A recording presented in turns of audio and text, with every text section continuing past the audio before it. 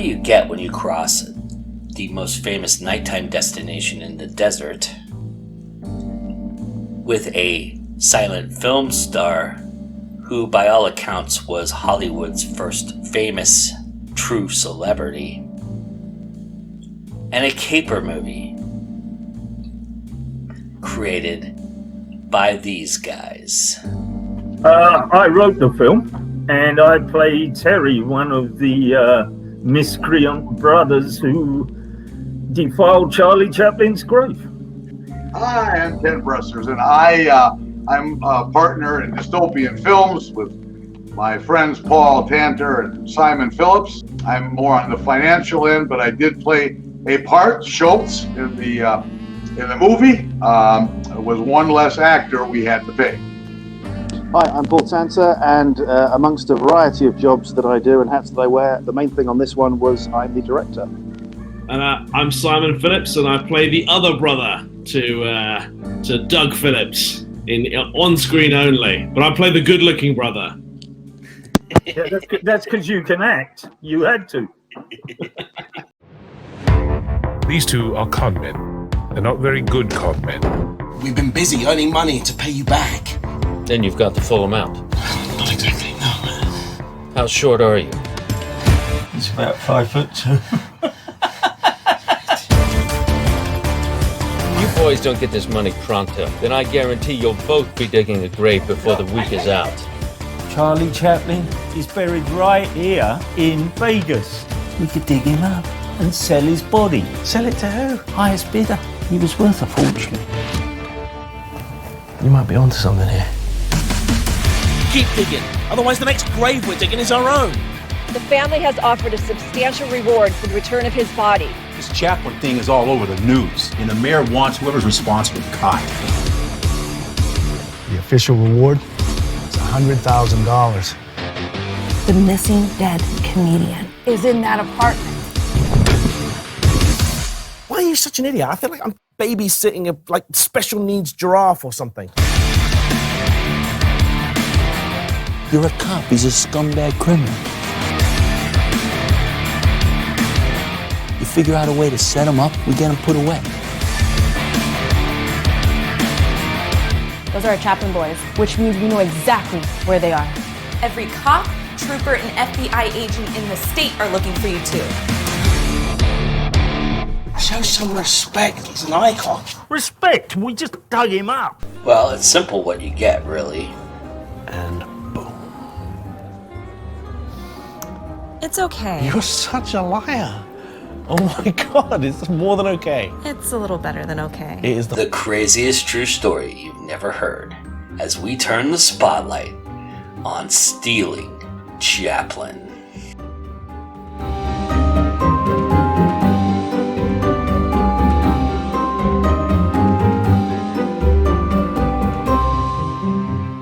We were talking off the air how you both have the same last name, and that you were from the same part of London, northwest London, but you guys are not brothers in real life.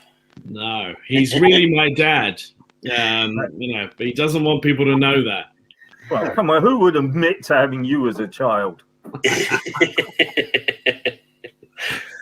This must have been what it was like on set, Paul. These guys just bantering back and forth, and you just putting a camera in front of them. Yeah, I mean, it's very much like, have you heard that expression, herding cats? You know, yeah. Where you're trying to move a series of wild animals in one direction. No, it's always good working with people that you know and like and have worked with before. Especially, like we get the scenes and then we have a bit of fun improvising as well. That's something they're also very good at. So it's always a fun day on set because you have a certain sort of shorthand and chemistry with them. And so some things sort of don't need to be said and you can hit the ground running. And when you're doing that, every day isn't work. It's a pleasure to go to work. I mean, we're very blessed to work in this industry anyway. So, it's enjoyable, but also there's a certain chemistry that sort of comes over with Doug and Simon in this. I think it's something that a lot of people really enjoy about the movie. I mean, it's a very well written and very well put together film. But something that people tend to really gravitate to is the relationship between the brothers. And I think you get that when that exists in real life. And the good thing about these guys is, and it might be a British thing, and it's probably also a thing with these guys as well, is that there's a relationship there, but a lot of it's born out of that kind of it is very much like brothers, where you love each other, but you display it through insults and grabbing your brother's head and giving him a dig, that kind of thing. I'm so sorry. Refill? Yes, please. So tell me, what time do you get off? Are you kidding? No. Why? I've just never been hit on by a priest before, that's all. But this is Vegas. Oh, Yeah, but we're not actually priests. You look like priests. Yeah, we're chaplains. Chaplains. That's right. We are chaplains. What's the difference? Oh, it's a different denomination, yeah. We're allowed to date priests. You're allowed to date priests. Not we're allowed to date priests. I realize how that sounds. We're allowed to date, unlike priests who are not allowed to date. Anything else? You understand that I'm not gay? We're not gay. What's wrong with being gay? There's nothing wrong with being gay. That's not what we're saying. Yeah, but we can't be gay. We're brothers. So you're not gay because you're brothers? No, that's not why we're not gay. We're not gay because we're not gay. But if we were gay, I mean, we couldn't be together. Terry, just would you let me handle this and you can... I'll just wait for my beats. Stay. You know, the first thing I wanted to ask you, Doug, was this says it's based on a true story. Don't tell me somebody tried to dig up Charlie Chaplin's grave. Is that where this came from? Where did you get this? Where did this idea? No one tried to dig up Charlie Chaplin's grave. Someone did dig up Charlie Chaplin's grave. That's crazy. I've never heard this. No, neither had I. Simon actually came to me with the concept, and I looked it up, and I couldn't believe these morons. They were even more inept than we are in the film, and that's really saying something. At least it's a full moon out. Proves astrology's a science. What does? The moon. How does it prove that astrology is a science? Are you actually going to get in here today and do anything? I'm supervising, Terry. I'm keeping a lookout. Making sure you're safe, like I'm always doing. Go on, why don't you talk about the moon? Tell me about that, whilst you work. Tides. What about them? You've heard of tides? Yes, Terry, I've heard of tides. Huh. Well, the moon causes the tides.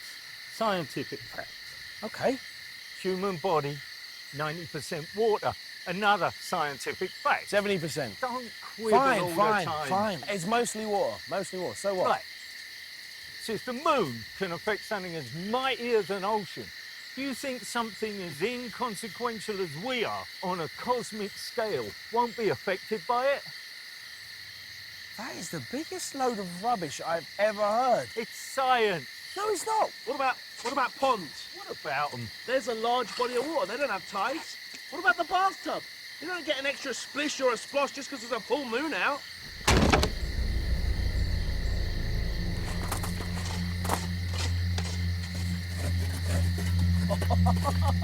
Well done, my son. Well done.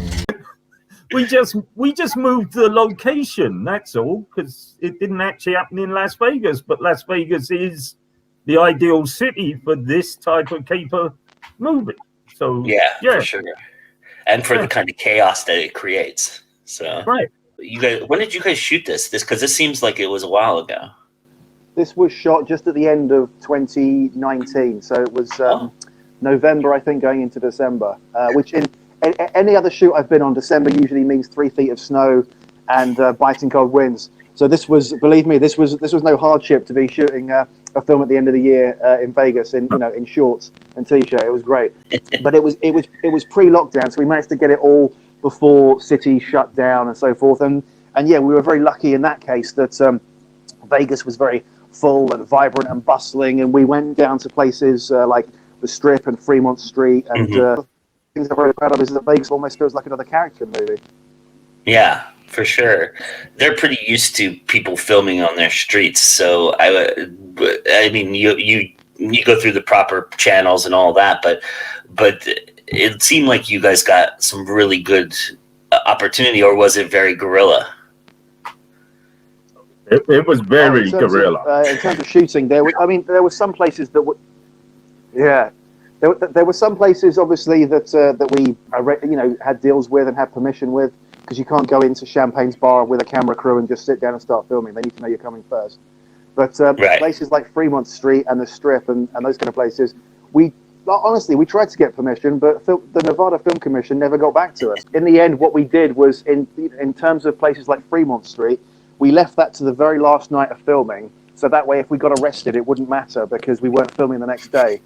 And went down there, and it was the scenes it's the stuff at the beginning of Simon and Doug dressed as Chaplins. And they weren't the oddest looking people down there. Honestly, Fremont Street is like a collection of oddballs and misfits and street acts and all these kind of things. And so they fitted right in, and we managed to shoot everything we needed just before security came and kicked us out. For you, Ken, being on the production side of this element and also acting in it, this obviously was an independent shoot, so you had to tighten schedules and turn some screws and things like that. But I mean, it seems like these guys had opportunity to roam a little bit. And so for you, was that important, was to try and give everybody enough space, but still keep the reins in, so to speak? Yeah, and they did get a lot of space. You know, Simon would get home around 4:30 in the morning, and I get up around 5:30. So, you know, we had 23 hours of every day covered from the production standpoint. I must say, though, when I got the script, I think it was the first draft from Doug, I immediately wanted to make it. You know, and that's very rare because I read a lot of scripts over the years and years, and I was sitting at home and I was laughing out loud because I was envisioning this whole thing because I know these guys. And I said, we got to make this. I think, Simon, we probably had that conversation 2-3 months before we shot it, didn't we? I mean, yeah, right away. Yeah, it was very quick. Mm-hmm. Yeah. Fastest we've ever green lighted a movie, I'll tell you that. This film doesn't work, though, without its supporting cast. I mean, you guys are obviously front and center, and you guys do a marvelous job of orchestrating it. But there's some really great support in this film. And talk a little bit about what they brought to the production that you guys didn't have originally. Oh man, well, we had some great supporting actors in this. So we cast a lot of the roles locally, but also we like to use people who we've worked with before, who we get on with and do a good job for us. So a couple of the main supporting people in this were Al Sapienza, who a lot of people would recognize from The Sopranos and House of Cards and nearly every other show on American TV because he's always popping up in it somewhere. But yeah, we've worked with him quite a few times, and we always like to work with him where possible. And he's sort of half based in LA, so we were lucky that he was free and he came down and did a week on it for us. Peter Woodward, who's an actor we've worked with before a few times, who people might know from The Patriot, or if you're a sci-fi fan, from Babylon 5. He came and did something for us. You know, we like to cast roles with, a combination of like locals and people we've worked with before. And there was a lot of good local talent in Vegas as well. There's a sort of growing and thriving film community there. Oh, no more for me. Well, actually, that's for me, but I'd gladly buy you one. Oh my God. You're Wayne Newton. Last time I checked. You drink here? Let's keep that our secret. Of course. Wow, I'm such a fan. Well, thank you. This is so unreal. And cheers. Can I ask you something? Sure, anything. Do you know Cal? Cal? You mean British Cal? Yeah, British Cal. Yes, I do. Why? Did he con you out of money? Oh my God, no. He's a small fish in a big pond. There's something called fish love. Oh, shit. What? You really do know him. Yes, I really do. Oh, no.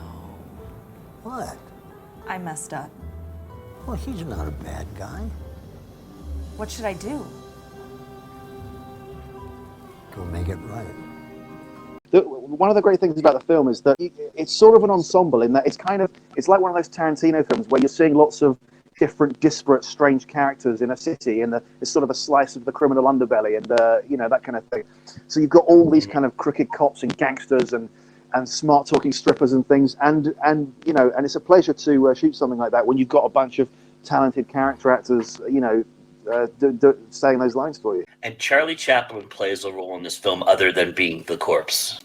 The interesting quotes. I won't give too much away about what it's about, but and what Charlie Chaplin brings to this. But I was curious, were the quotes something that was driven through the edit, or were you guys originally thinking that's how you were going to design this around certain Charlie Chaplin quotes? That was largely an edit thing. They felt like natural chapters in the film. Yeah. And it felt like a perfect way that as we were there's lots of little homages and references and Easter eggs to Chaplin dotted through the film. And it felt like in this way, he was he's helping to narrate the movie, so, it's a good sort of nod to him and a way to kind of bookmark the chapters as well. I'm curious, Doug, did you do a lot of research on Charlie, on Chaplin beforehand, or was it just the heist that you did a lot of research on? No, quite a bit. And in fact, every character in this film is named after either an actor or a character from a Charlie Chaplin film. I watched a lot of his films. I read about him and his life. I mean, he's a fascinating character. Beyond being a funny little man, he was a very, very interesting person. And I think Robert Downey Jr. is probably the better Chaplin still. There we go. We will not debate these proceedings here. You could hear him. At least you could hear him, right, Doug? Yeah, you can hear him. I mean, it's just logical, isn't it? I felt like a lot of the slapstick was based on Chaplin too. Did you guys have fun with that idea? It was kind of like, Sans, the guy getting his ears cut off. There's a lot of moments where there seems to be some Chaplin-esque kind of follies that happen in this film, and I'm just curious if that was kind of the two of you kind of just playing off of that, or you guys just feeling the moment and going with it? It's a bit of both, in as much as, yes, we did. I mean, the whole thing is very much a homage to Chaplin, so we did try to do some physical work that would match to him, but also, like, Simon and I are very bumbling Chaplin-esque type people in general anyway.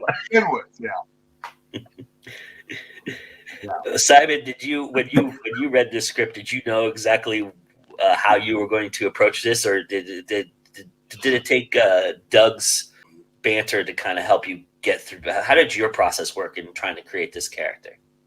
What was good about Doug's script is that it is actually the way that me and Doug talk to each other all day, every day. So there wasn't a lot of prep in it. It was like, I was like, this is just 120 pages of us arguing. It's like, it's good, right? And you're like, yeah, it's great.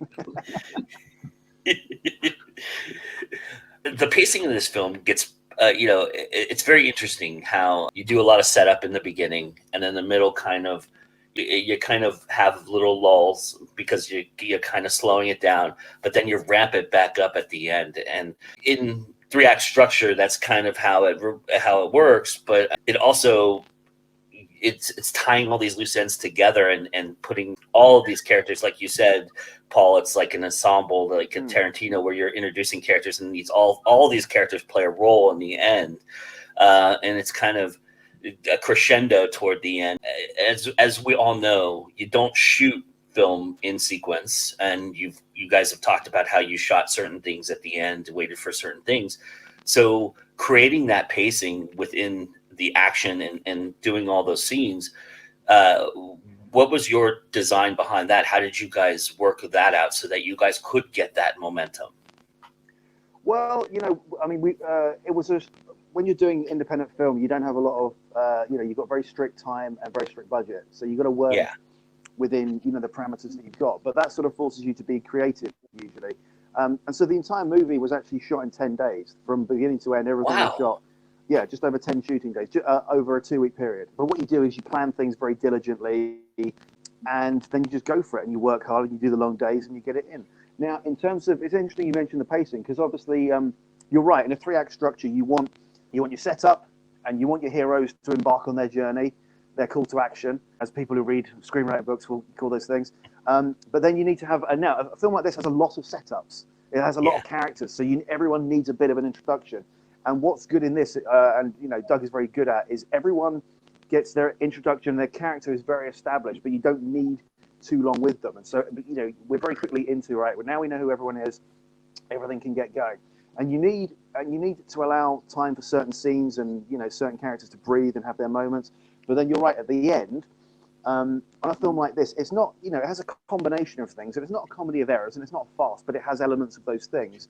And as you get to the end, everything needs to build, and the momentum needs to go, and everything's snowballing, and then everything, comes to a sort of big smashing end. And so, that's where you fine-tune things in the edit. And the original cut was a lot longer, and we chop things out 'cause you want things to be. By the end, you've kind of got something that hopefully has good pace and momentum and comes to a good conclusion. Paul, we really need to quit complimenting Doug so much, because it's going to cause us a lot of problems down the road. Okay? Doug's price just went up. Yeah, exactly. Sooner or later, he's going to want paying. Yeah. Joe, part of this pacing thing, though, we have to give Paul a lot of credit. Yeah. Because while we're all being safe and running around and doing a whole bunch of other things, when Paul gets to a scene, he knows where it's going to be in the movie, and he knows what the pace needs to be. And so I will give a compliment to Paul. Oh, thank you. You're going to start paying me soon as well. Knowing Doug, how you wanted it to come across, did you feel like those moments, those beats for you were critical in not only the way you wrote it, but in acting in that setting as well? I like to feel the writing itself has a rhythm, and if you just follow the rhythm of the dialogue, you are physically going to keep going and hitting the right beats, because I spent many, many years writing stage plays that got professionally produced. So dialogue's very important to have a rhythm to it and to match to the characters. That's how I try to do it, so that then you are going to hit the beats because it's there in the words. I'm curious from each of you how you would represent this film in terms of what you think maybe the genre or the idea is behind it. Somebody asked you, hey, what is this crazy thing that we're about to go on? If you had to boil it down, I would essentially say dark comedy. I mean, it's sort of shot a bit film noirish, but I would emphasize that it's dark comedy. So it's deliberately not supposed to, it's not Anchorman in that it's not, hey, here's a gag every 15 seconds, but there's humor in the darkness and the and in the relationships with the characters. But I would say, for me, the thing I would boil it down to would be dark comedy. I would just add one word to that. I always think of it as a dark caper comedy. Right. Yeah. Well, I agree. I mean, the dark and the caper is appropriate, Doug. No. Those have been said already. You got to think of something else. No, it's fine. No. You're plagiarizing now, Ken. You edit that out.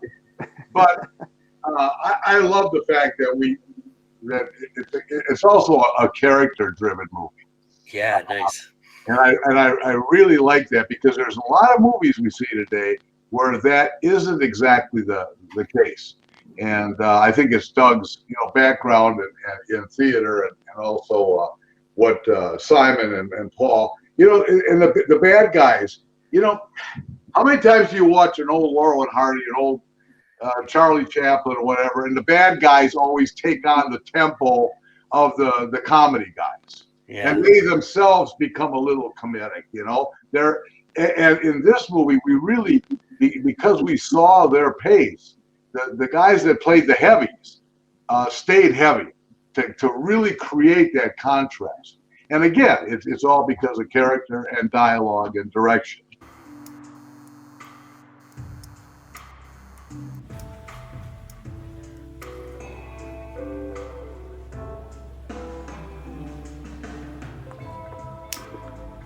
Oh, thank you. What's your name? Janice. Hello, Janice. Is Helen back there or anything? No. Is she coming in today? No. Do you know when she's coming in again? No. Oh. You want to hear the specials?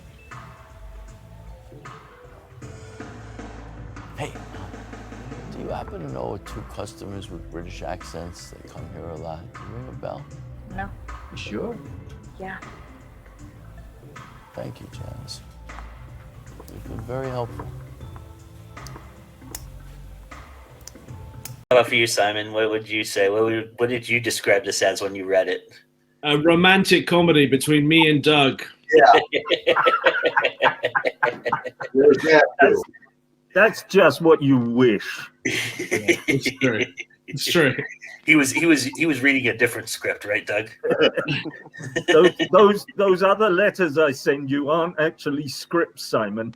Ah, well, damn it, Doug. I got my hopes up. I thought we were shooting extra scenes. Strip. I said strip. Now. And make it sexy. Dance for me.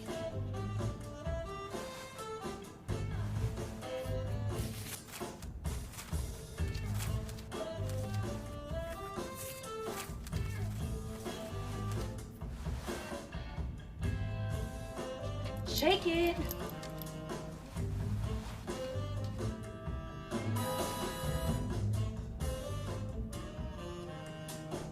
Oh, this is awkward. They're a gift from our mum. So am I. I know that, Terry. What do you love about independent film? I love the fact that no day is the same. You know, it's a pleasure to be, it's a pleasure and a privilege to be working in the industry anyway. But to be working in independent film means every day is different. Challenges are enjoyable things to be overcome. And being independent, you have the freedom to operate in a way that you want and tell the stories that you want without sort of, being micromanaged by a studio or whatever. So, it's a best of both worlds thing of freedom with working the best job in the world.